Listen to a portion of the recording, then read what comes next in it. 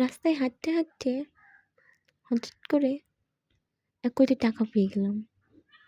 এখন এই ১ কোটি টাকা থেকে ৪০ লাখ দিয়ে একটা বাড়ি করব। না ৫০ লাখ দিয়ে একটা বাড়ি করব। তারপর ২ লাখ মসজিদে দিয়ে দিব। তাহলে কত হলো? ৫২ লাখ। আর ২০ লাখ টাকার একটা গাড়ি কিনবো। ৭২ লাখ। আর আর কি করব? আর বাকি টাকা ব্যাংকে রেখে দেবো। ওইটা থেকে যে ইন্টারেস্ট আসবে সেটা বছর ভরে খাবো। না মসজিদে ২ লাখ টাকা তো লাগবে না, ওখানে ১ লাখ টাকা দিই। না ১ লাখ টাকাও তো বেশি হয়ে যায়। আচ্ছা ৫০,০০০ টাকা দেবো যাও।